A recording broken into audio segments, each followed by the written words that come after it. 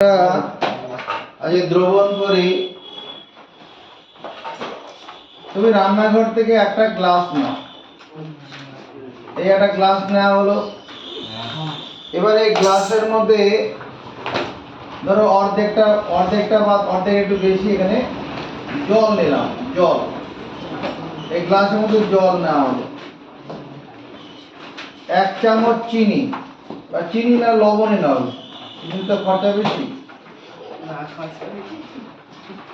তোমার এই একটা চামচ, এখানে কি আছে তোমার মনে করো লবণ আছে। এই চামচটা দিয়ে, এই চামচটা 1 চামচ লবণ এখানে কি করলাম দিয়ে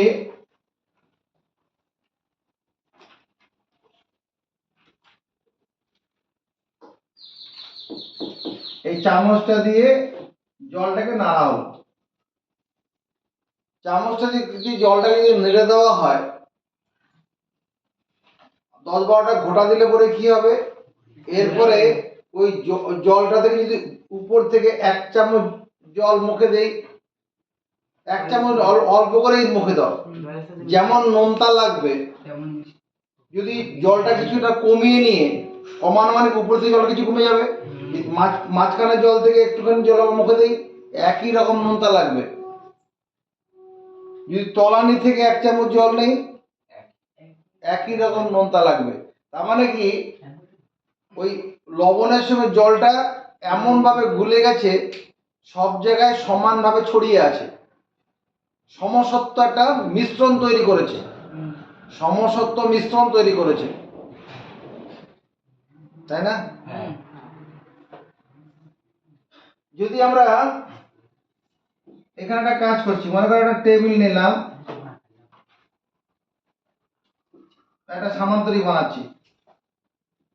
সামান্তরিক তোমাকে আঁকতে হবে না, বোঝানোর জন্য করছি। এই সামান্তরিক আঁকলাম, এখানে কতগুলো কাঠের গুঁড়ো নিলাম, এখানে কতগুলো কাঠের গুঁড়ো নিয়েছি। কাঠের গুঁড়ো নেওয়ার পরে এর মধ্যে কিছু তোমার মনে করো চকের গুঁড়ো দিয়ে দিলাম, চকের গুঁড়ো দিয়ে দিলাম। কাঠের গুঁড়ো আর চকের গুঁড়ো এরকম মিশিয়ে দাও। মিশিয়ে দিলে পরে এখান থেকে যদি আমরা এইটুকুনটা থেকে এইটুকুর মধ্যে দেখতো, আমি সাদাগুলোকে চকের গুঁড়ো ধরছি, লালগুলোকে কাঠের গুঁড়ো ধরছি, তাহলে এখানে কটা, 3টি চকের গুঁড়ো, 2টো কাঠের গুঁড়ো, তাই দেখাচ্ছে। যদি এইরকম জায়গায় দেখি 4টে 3টে, মানে সমান, সব জায়গায় সমানভাবে নেই, সব জায়গায় সমান এটাই হয়। কাঠের গুঁড়ো তুমি যত ভালোভাবে মেশাতে যাও না কেন, সব জায়গায় সমানভাবে থাকবে না। এটা সমসত্ব মিশ্রণ নয়, এটাও মিশ্রণ। এখানে এটা এই যে জল আর লবণের যেটা মিশ্রণ হলো, জল আর লবণের একটা মিশ্র পদার্থ তৈরি হলো, এটাও মিশ্র পদার্থ, এটাও মিশ্র পদার্থ। কারণ এদের মিশ্র পদার্থ যে যে উপাদান দ্বারা গঠিত, তাদের ধর্ম বজায় থাকে। এখানে চকের গুঁড়ো, কাঠের গুঁড়ো দুটো আলাদা আলাদা ধর্ম বজায় থাকবে। এখানেও কি আছে, জলের ধর্ম আছে, আবার লবণের ধর্মটাও এর মধ্যে আছে। আমরা এখান থেকে সহজেই জল আর লবণটাকে আলাদা করে ফেলতে পারবো, এখান থেকেও করতে পারবো।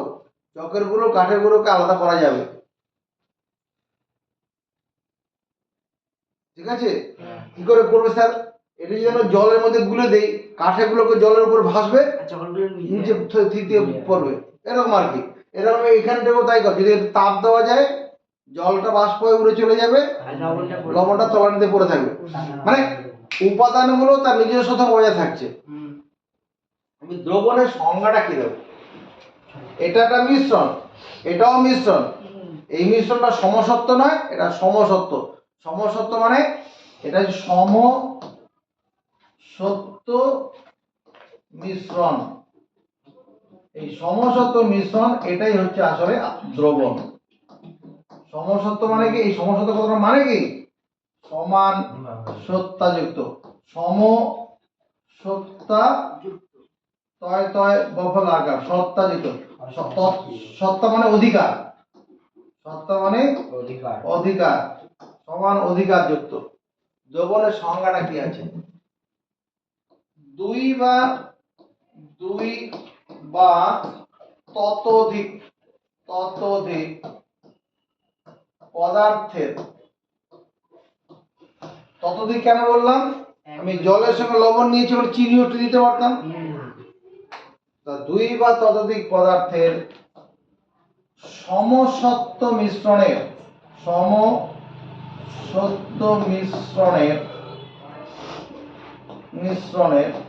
দুই বা ততোধিক পদার্থের সমসত্ব মিশ্রণের প্রতিটি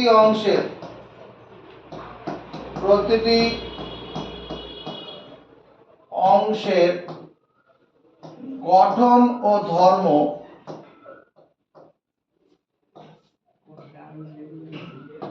একই থাকলে,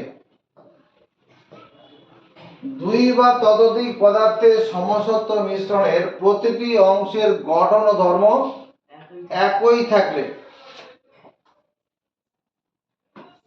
প্রতিটি অংশে গঠন ধর্ম একই মানে কি? ওই যে বললাম না, যদি চামচ উপর থেকে এক চামচ জল তুলে নেই, ওর মধ্যে যতটুকু পরিমাণ জল আর লবণ থাকবে, যদি মাঝখান থেকে এক চামচ জল নেই, ততটা পরিমাণ লবণ জল থাকবে। কিন্তু এখানে কিন্তু কাঠের গুঁড়ো আর লোহার ক্ষেত্রে কিন্তু সেটা থাকবে না, কম বেশি হয়ে যাবে। তাহলে দুই বা ততোধিক পদার্থের সমসত্ব মিশ্রণের প্রতিটি অংশের গঠন ও ধর্ম একই থাকলে এবং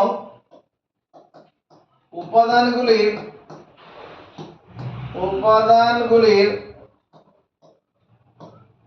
আপেক্ষিক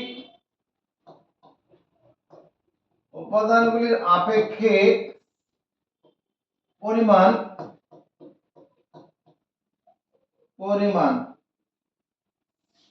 একটি নির্দিষ্ট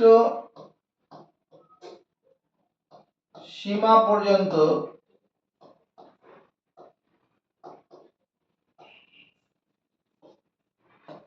বৃদ্ধি করা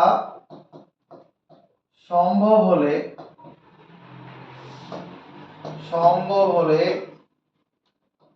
সমসত্ব মিশ্রণটিকে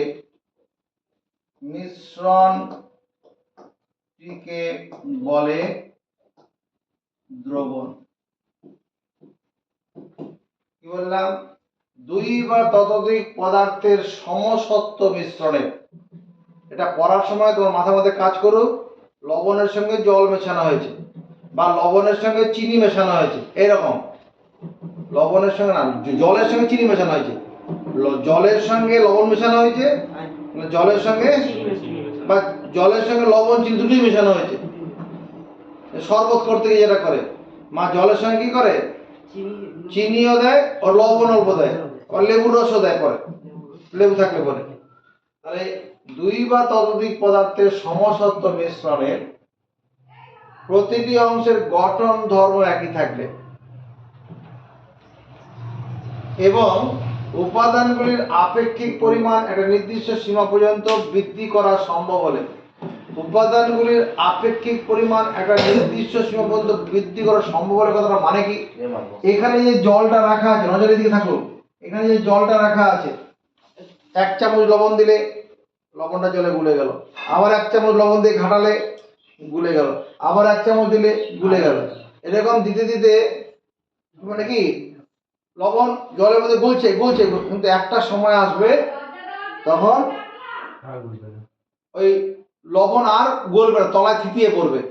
মানে একটা নির্দিষ্ট পরিমাণ সম্ভবত বাড়ানো গেল, মনে করে 100 গ্রাম জলের মধ্যে 35 গ্রাম লবণ সম্পূর্ণভাবে গলতে পারে, 35-এর বেশি 36 গ্রাম দেওয়া যায়, 1 গ্রাম তলায় থিতিয়ে পড়বে। ওটাই বলছি, একটা নির্দিষ্ট সীমা পর্যন্ত বৃদ্ধি করা যায়। তাহলে সমসত্ব মিশ্রণটাকে কি বলবো? দ্রবণ। এই যে দ্রবণ যেটা বললাম, এটা দ্রবণ তৈরি হওয়ার জন্য দু রকম উপাদান লাগে। এটা দ্রবণের মধ্যে দুটো উপাদান আছে, একটা হচ্ছে দ্রাবক আর একটা হচ্ছে দ্রাবক। দ্রবণ তৈরি হওয়ার জন্য দুটো উপাদান লাগে, একটা দ্রাবক আর দ্রাবক। দ্রাবক কোনটা? দ্রবণের মধ্যে কোনো দ্রবণের মধ্যে যে উপাদানটার পরিমাণ থাকে বেশি, দ্রবণের মধ্যে যে উপাদানটার পরিমাণ বেশি থাকে এবং যার ভৌত অবস্থা দ্রবণটার ভৌত অবস্থার মতো, তাকে দ্রাবক বলা হয়। যখন আমি জলের সঙ্গে চিনি মেশাচ্ছি, কার পরিমাণটা বেশি? জলের। আবার যে দ্রবণ যখনই হয়ে গেল বা শরবত যদি হয়ে যায়, সেই শরবতের যে ভৌত অবস্থা, তরল অবস্থাটা জলেরটা সেটাই। তাহলে এখানে ওই জল হবে দ্রাবক, আর দ্রবণ তৈরি করতে গিয়ে দ্রাবকের সঙ্গে যা মেশানো হয় সেটা হচ্ছে দ্রাবক। দ্রবণ তৈরি করতে গিয়ে দ্রাবকের সঙ্গে যা মেশানো হয় তাকে তা হলো দ্রাবক। তাহলে আমি এখানে কি করছি, তোমার দ্রাবক লিখছি। দ্রবণের মধ্যে কোনো দ্রবণের মধ্যে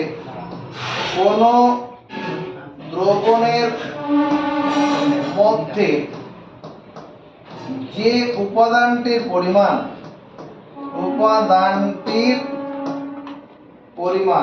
কি থাকে? পরিমাণ বেশি থাকে। দ্রবণের মধ্যে যে উপাদানটির পরিমাণ বেশি থাকে এবং যার ভৌত অবস্থা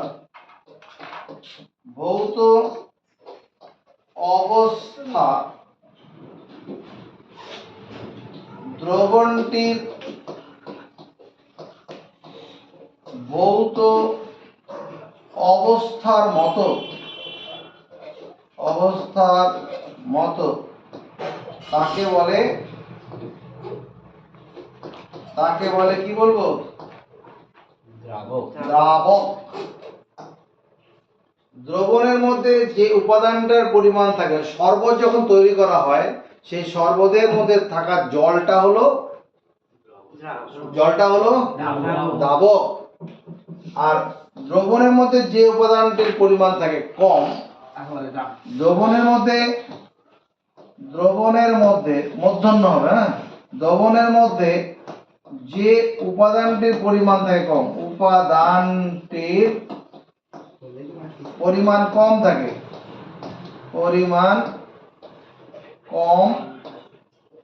থাকে, তাকে বলে দ্রাবক। এবার দ্রবণের মধ্যে যে উপাদানটির পরিমাণ কম থাকে তাকে বলে দ্রাবক। শরবতের ক্ষেত্রে উদাহরণ কি লিখবো? শরবতের ক্ষেত্রে জল হলো দ্রাবক আর চিনি হলো দ্রাবক। এটুকু খাতা চলো, এটুকু মাথা ঢুকেছে? অল্প খাতায় তোল।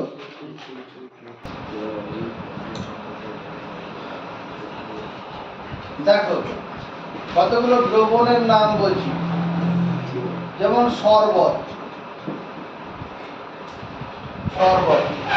এই শরবতের মধ্যে কি আছে? জল আছে আর চিনি আছে। জল আর চিনি।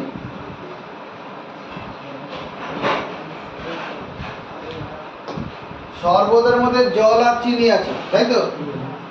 তাহলে এখানে দ্রাবক কোনটা আর দ্রাবক কোনটা লিখে ফেলি। জল হবে দ্রাবক আর চিনি হলো দ্রাবক। আবার তোমার বায়ুর কথা বলতে পারো। বায়ু মানে এর মধ্যে নাইট্রোজেন গ্যাস আছে, এন গ্যাস, আর অক্সিজেন গ্যাস আছে, আরো অন্যান্য গ্যাস আছে, কিন্তু এরা বেশি। বায়ুতে 77% নাইট্রোজেনই আছে, 23% অক্সিজেন আছে। এই দুটোই পুরো বায়ুটাকে দখল করে রেখেছে। তাহলে এর মধ্যে এই যে বায়ু, এখানে নাইট্রোজেনটা হবে তোমার কি? নাইট্রোজেন গ্যাসটা হবে কি? দ্রাবক। নাইট্রোজেন গ্যাস এটা দ্রাবক, আর অক্সিজেন গ্যাসটা হবে কি দ্রাবক। আমরা পিতলের কথা বললাম, পিতল। পিতল তৈরি হয় কি দিয়ে? তামা আর দস্তা গলিয়ে। তামা আর দস্তা গলিয়ে তৈরি করে। তামা আর দস্তা গলিয়ে পিতল তৈরি হয়। এর মধ্যে তামার পরিমাণটা বেশি থাকে, তাহলে তামাটা হয়ে যাবে কি দ্রাবক, আর দস্তাটা হয়ে যাবে কি। এখনো অনেক আছে, ওগুলো যত দিন যাবে ওর বাড়বে। এরপরে তোমার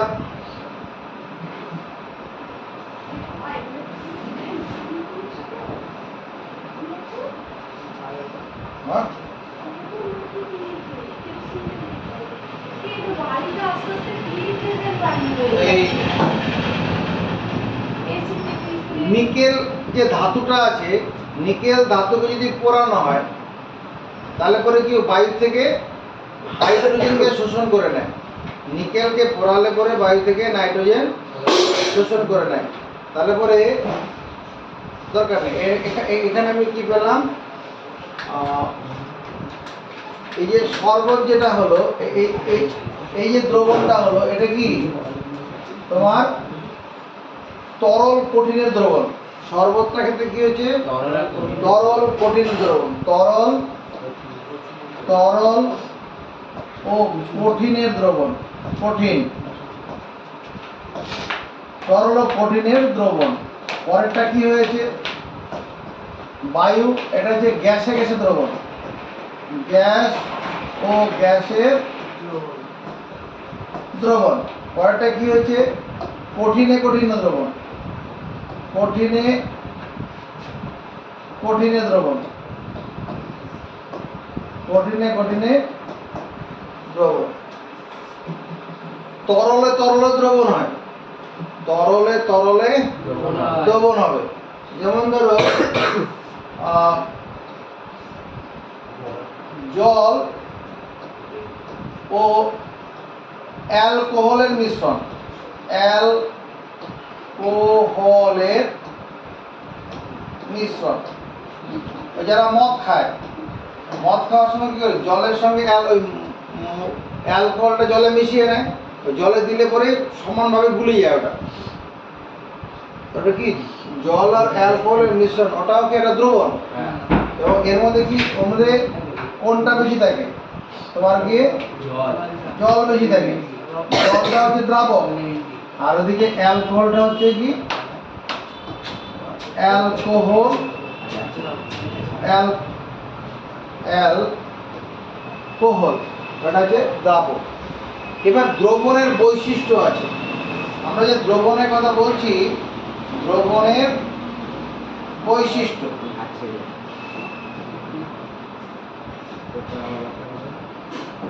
দ্রবণের বৈশিষ্ট্য কি?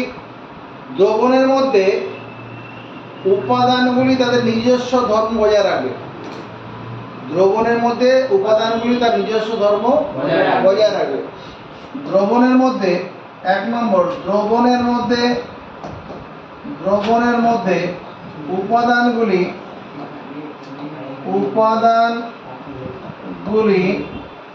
নিজস্ব ধর্ম বজায় রাখে। দ্রবণের মধ্যে উপাদানগুলি তার নিজস্ব ধর্ম বজায় রাখে। 2 নম্বর, দ্রবণের মধ্যে দ্রাবক ও দ্রাবের কণা কি করা যাবে? খালি চোখে, এমনকি শক্তিশালী অণুবীক্ষণ যন্ত্র দিয়েও দেখা যায় না। দ্রবণের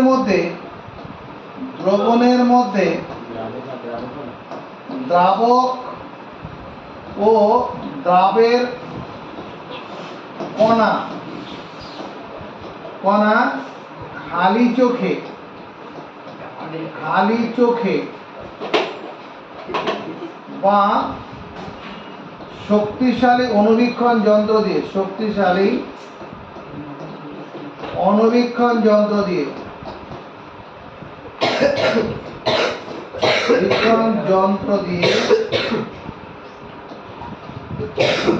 যন্ত্র দিয়ে কি করা যায় না, দেখা যায় না, যায় না। 3 নম্বর, দ্রবণ তৈরি হওয়ার সময় তাপের দ্রবণ তৈরি হওয়ার সময় রাসায়নিক বিক্রিয়া হয় না। অবশ্য কোনো মিশ্রণেই ওটা রাসায়নিক। দ্রবণ তৈরি হওয়ার সময় তাপের উৎপন্ন হতে পারে, আবার নাও হতে পারে। দ্রবণ উৎপন্ন হওয়ার সময় তাপের উৎপন্ন হতে পারে, নাও হতে পারে।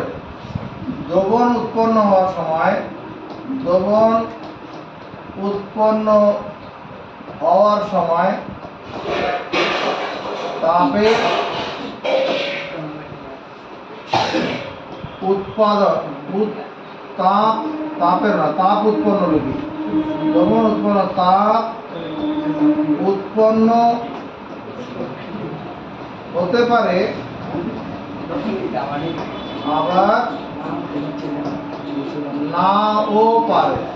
দ্রবণ উৎপন্ন হওয়ার সময় তাপ উৎপন্ন হতে পারে, না হতে পারে। যেমন ধর, এই জলের মধ্যে তুই এই যে চুনের ডেলা আছে না, চুনের ডেলা মিশালে পরে কি দ্রবণ তৈরি হবে, কিন্তু ওখানে তাপ উৎপন্ন, জলটা গরম হয়ে যাবে, ওখানে তাপ উৎপন্ন হবে। কিন্তু জলের মধ্যে একটা মিষ্টি দানা দিয়ে আমি গুলি, মিষ্টিটা জলের মধ্যে গলবে, তাপ উৎপন্ন হবে না। দ্রবণে উৎপন্ন হওয়ার সময় তাপ উৎপন্ন হতে পারে, না হতে পারে। আর দ্রবণের ক্ষেত্রে যেটা হবে, পরিস্রাবণ বা আস্রাবণ প্রণালীর সাহায্যে দ্রবণ থেকে দ্রাবকে পৃথক করা যায় না। পরিস্রাবণ বা আস্রাবণ প্রণালীর সাহায্যে, পরিস্রাবণ করা যাবে।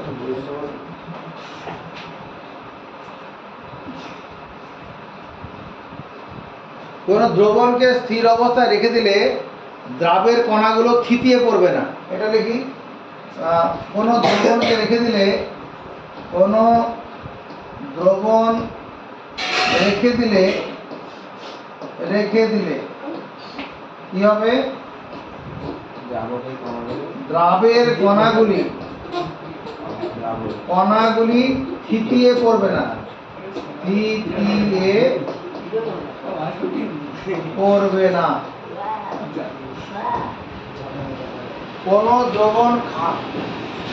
কোন দ্রবণ রেখে দিলে, যেটা গ্লাসে শরবত করা হয়েছে, শরবত রেখে দেওয়া যায়, তলার মধ্যে চিনি থিতিয়ে পড়বে না। এগুলো মুখস্থ করবো, খাতায় লিখবো।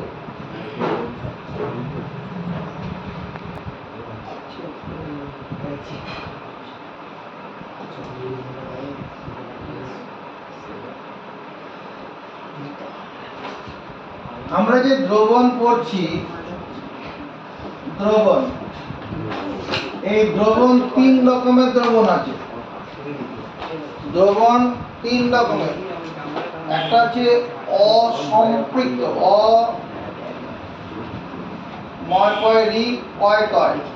অসম্পৃক্ত দ্রবণ। সম্পৃক্ত দ্রবণ,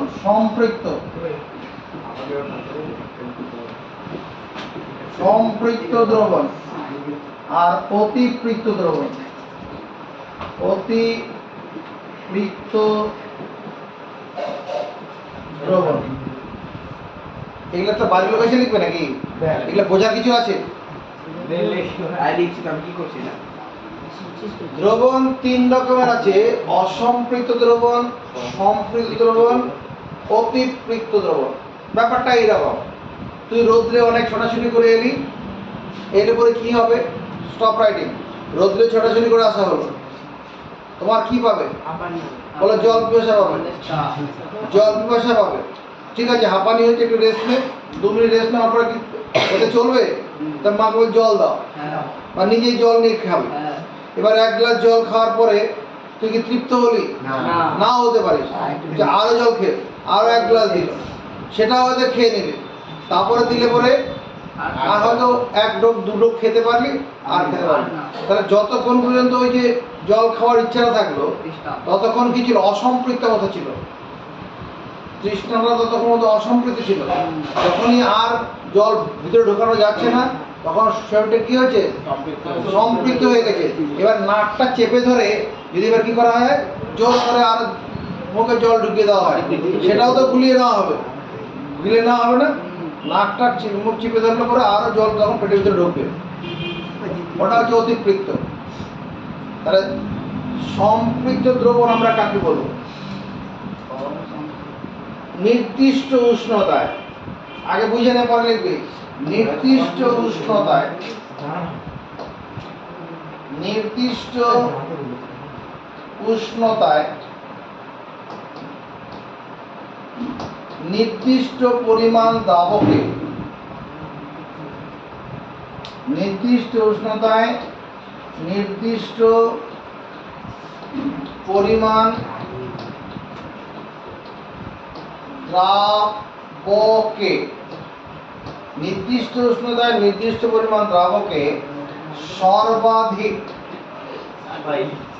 সর্বাধিক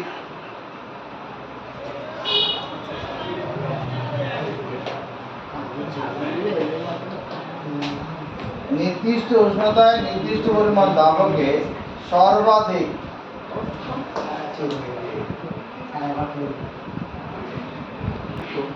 সম্পৃক্ত দ্রবণের সংজ্ঞাটা কি? নির্দিষ্ট উষ্ণতায় নির্দিষ্ট উষ্ণতায়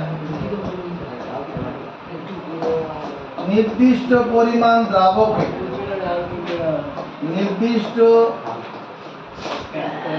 পরিমাণ দ্রাবকে সর্বাধিক সর্বাধিক যতটা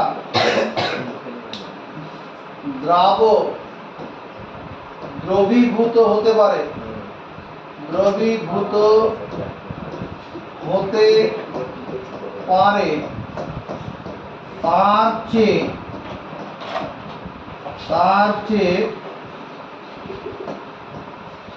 কম পরিমাণ, তার চেয়ে কম পরিমাণ দ্রাবক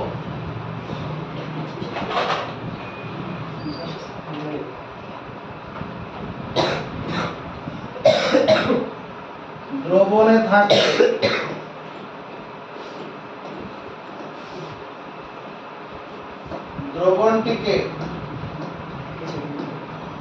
দ্রবণটিকে বলে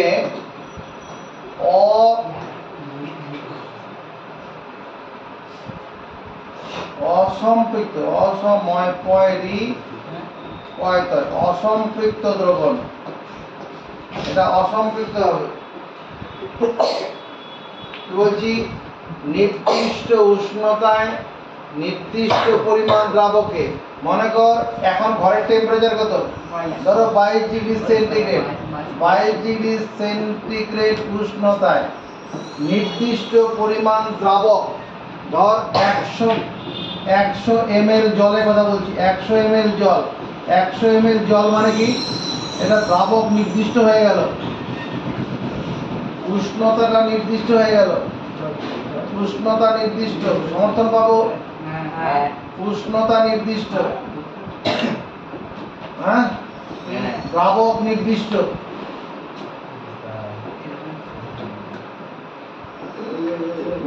নির্দিষ্ট উষ্ণতায় নির্দিষ্ট পরিমাণ দ্রাবকে সর্বাধিক যতটা দ্রাবক দ্রবীভূত হতে পারে।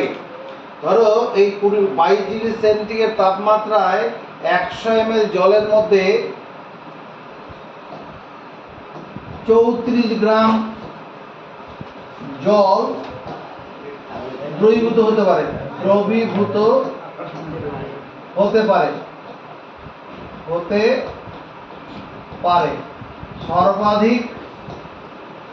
সর্বাধিক কি হতে পারে? 34 গ্রাম জল দ্রবীভূত হতে পারে। যদি ওই এই ঘরের টেম্পারেচারে 100 ml জলের মধ্যে যদি 33 গ্রাম পর্যন্ত জল থাকে, তখন যে দ্রবণটা হবে সেটা কি? অসম্পৃক্ত। 34 গ্রাম পর্যন্ত দ্রবীভূত হলে সম্পৃক্ত হবে। যদি 33 গ্রাম থাকে, 33.5 থাকে, তাহলেও কি হবে? অসম্পৃক্ত দ্রবণ। চলো মুখস্থ করি। নির্দিষ্ট উষ্ণতায় নির্দিষ্ট পরিমাণ দ্রাবকে সর্বাধিক যতটা দ্রাবক দ্রবীভূত হতে পারে, সর্বাধিক তার চেয়ে কম পরিমাণ দ্রাবক ওই দ্রবণে থাকলে দ্রবণটিকে বলে অসম্পৃক্ত দ্রবণ।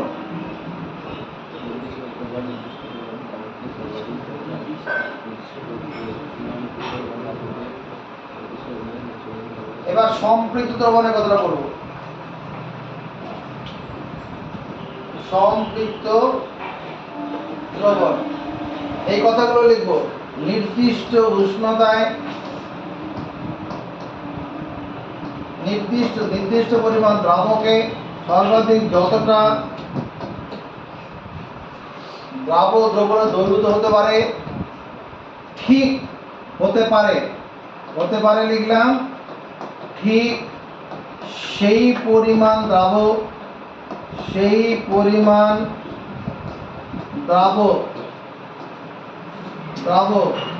দ্রবণে থাকলে,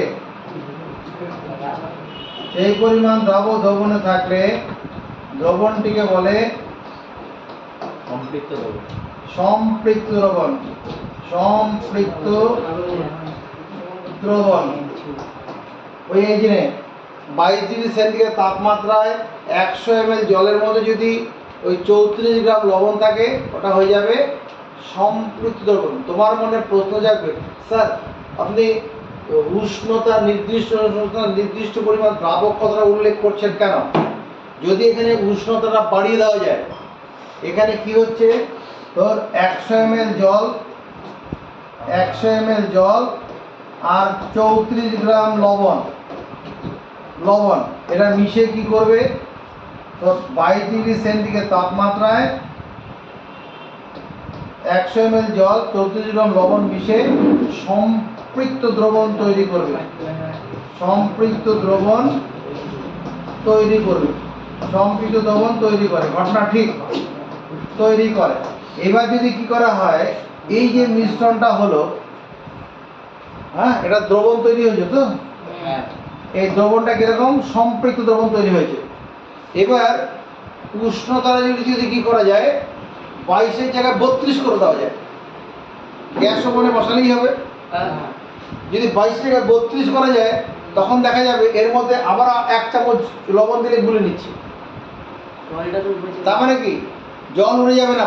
100 ডিগ্রি সেন্টিগ্রেড টেম্পারেচার পেলে তখন জল বাষ্প হবে, তার আগে কিছু হবে না। তাহলে উষ্ণতা বাড়ালে পরে ওর আরো দ্রবীভূত করার ক্ষমতা বেড়ে যায়।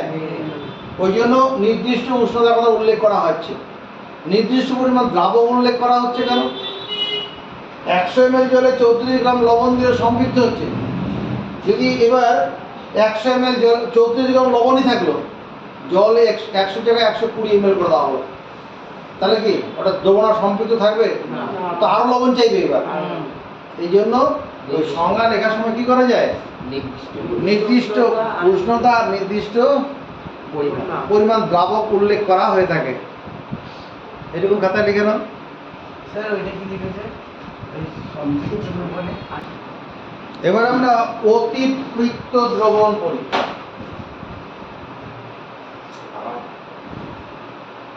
অতিপৃক্ত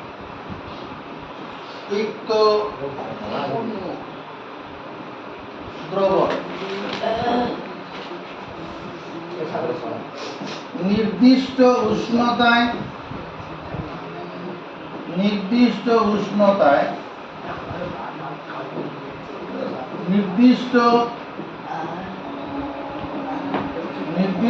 পরিমাণ দ্রাবকে সর্বাধিক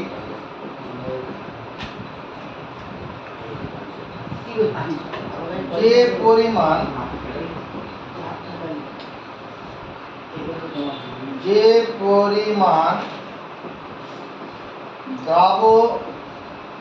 দ্রবীভূত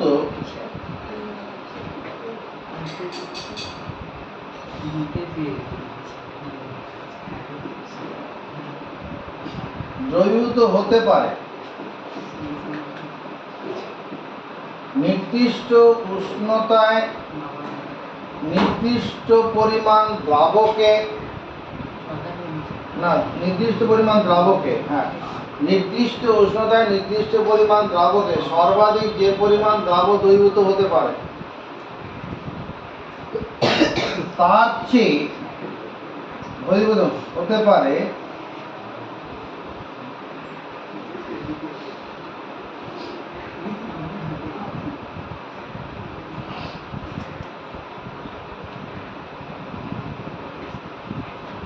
নির্দিষ্ট উষ্ণতায় নির্দিষ্ট পরিমাণ দ্রাবকে সর্বাধিক যে পরিমাণ দ্রাবক দ্রবীভূত হতে পারে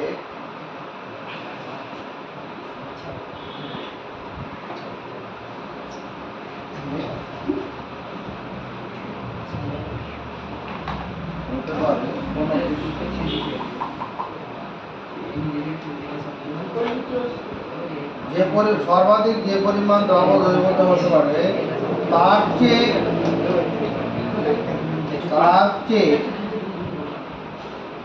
তার চেয়ে বেশি পরিমাণ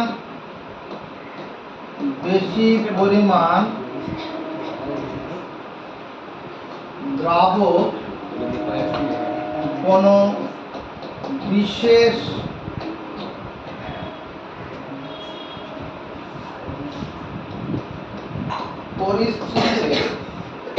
পরিস্থিতিতে থাকলে উৎপন্ন দ্রবণটিকে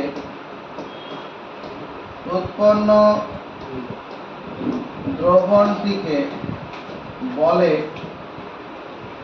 অতিপৃক্ত দ্রবণ। নির্দিষ্ট উষ্ণতায় নির্দিষ্ট পরিমাণ দ্রাবকে, ওই 22 ডিগ্রি সেন্টিগ্রেড তাপমাত্রা 100 ml জল, সর্বাধিক যে পরিমাণ দ্রাবক দ্রবীভূত হবে ওই 34 গ্রাম লবণ দ্রবীভূত হতে পারে। এটা ঘটনা। তার চেয়ে বেশি পরিমাণ দ্রাবক কোনো বিশেষ পরিস্থিতিতে থাকলে, কোনো বিশেষ পরিস্থিতি মানে ওই যে যেমন আমার জল খাওয়ার ক্ষমতা মনে কর 2 গ্লাস, 2 গ্লাস, যদি 2.5 গ্লাস জল দেওয়া যায় তাহলে ওই আরও যে কোয়ার্টার গ্লাস জল যেটা হবে ওটা আমাকে নাক মুখ চেপে দেবো, তবে এটা গিলতে পারবো তো। ওই রকম বিষয় থাকলে উৎপন্ন দ্রবণটিকে বলে অতিপৃক্ত দ্রবণ। সম্পৃক্ত দ্রবণকে কি করে অসম্পৃক্ত করা যায়? কোনো সম্পৃক্ত দ্রবণকে অসম্পৃক্ত করা যাবে কিভাবে? সম্পৃক্ত দ্রবণকে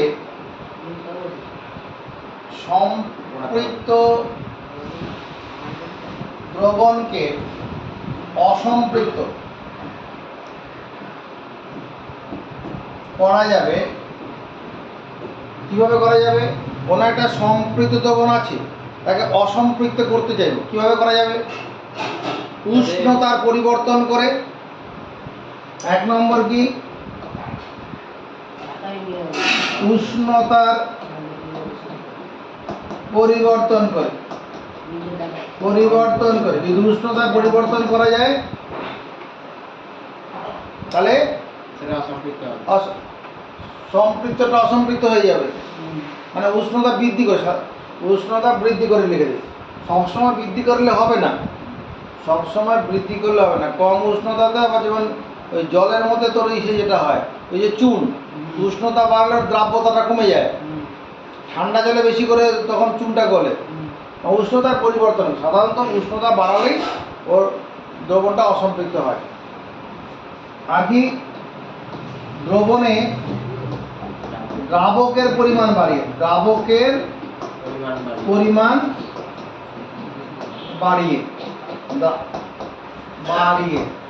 যদি দ্রাবকের মধ্যে দ্রবণের মধ্যে দ্রাবক বাড়াই তাহলে অসম্পৃক্ত হয়ে যাবে। আবার অসম্পৃক্ত দ্রবণকে সম্পৃক্ত করবো কি করে? অসম্পৃক্ত দ্রবণ যেটা আছে, দ্রবণকে সম্পৃক্ত করা যাবে উল্টোটা। কোনো অসম্পৃক্ত কোনো আছে সম্পৃক্ত করবো। তোমার তাপ দিই, উষ্ণতা বাড়াই, উষ্ণতা বাড়ালে পরে কি জল বাষ্প হয়ে উড়ে যাবে। তাহলে যদি জলের পরিমাণটা প্রথম কমে যায় তাহলে পরে কি হবে? সম্পৃক্ত হয়ে যাবে। এখানে তোমার উষ্ণতা বৃদ্ধি করে।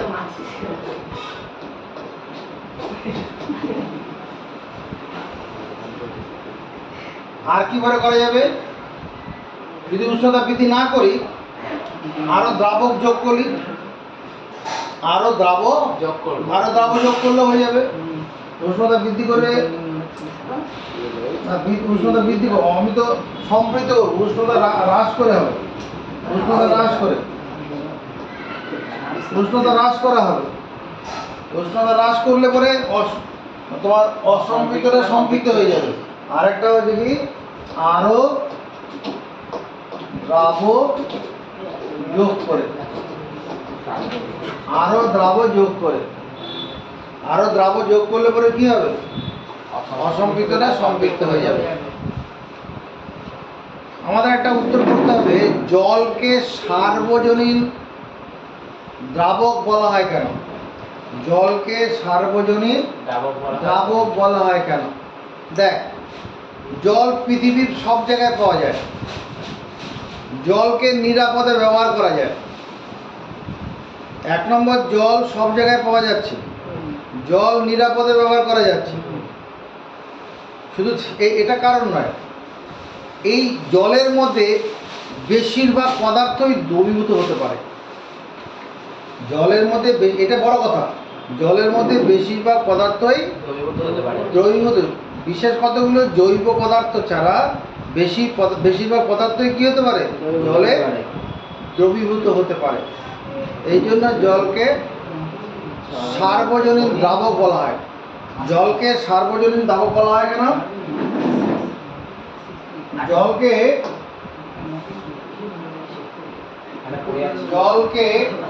সার্বজনীন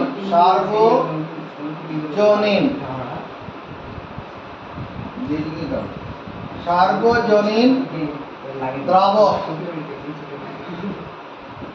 বলা হয়।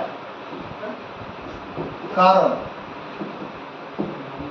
এক নম্বর কি হবে? পৃথিবীর সর্বত্র জল পাওয়া যায়,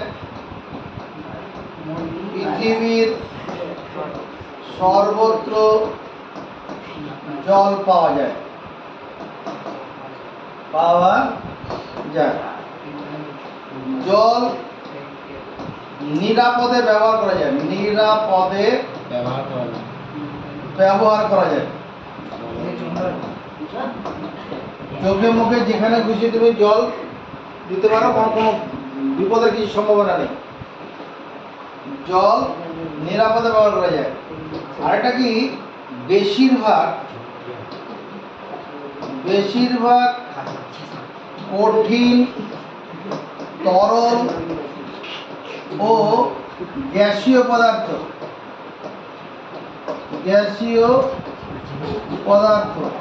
জলে দ্রবীভূত হয়।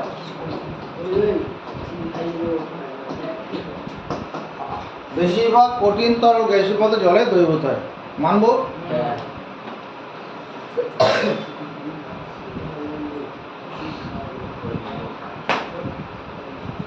আরেকটা হচ্ছে, জল 0 ডিগ্রি থেকে 100 ডিগ্রি সেন্টিগ্রেড তরল থাকে। এটা ভাইটাল কথা।